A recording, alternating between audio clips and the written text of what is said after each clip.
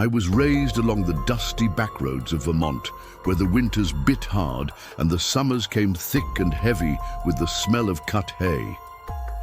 My mother's brother owned a ramshackle old inn by the edge of town, a place so ancient that even the bricks seemed to sag under the weight of their years. The place had stood there since the 1800s, stubborn as a mule, surviving floods, fires, and the slow dying of the town around it. Folks said it had seen too much to ever sit easy. One summer, when I was 17, my uncle took sick and asked if I could stay on for a spell, tend to the inn while he mended. I agreed, eager to have a bit of freedom, a place of my own, even if only for a time.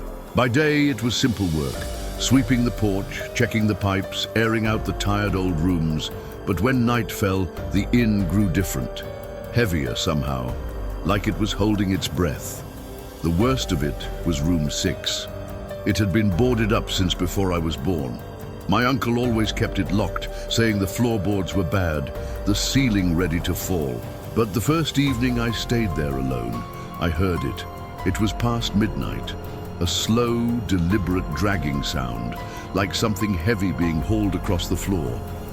I sat up in bed, heart hammering, and stared into the blackness.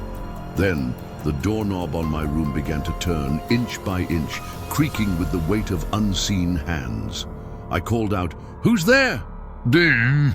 But the only answer was the sharp snap of the doorknob returning to stillness. I dared not move for what felt like hours.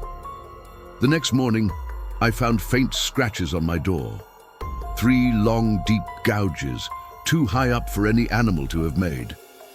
I told myself it was the wood shrinking, the sounds of an old house settling. I told myself 100 things, but every night it worsened. Tapping on the windows, heavy, shuffling steps in the empty halls, and always the smell, a sickly sweet rot that seeped in no matter how wide I opened the windows. One night, just before dawn, I woke to find the air in my room colder than winter itself. My breath hung thick before me, and when I sat up I saw it, a figure standing at the foot of my bed.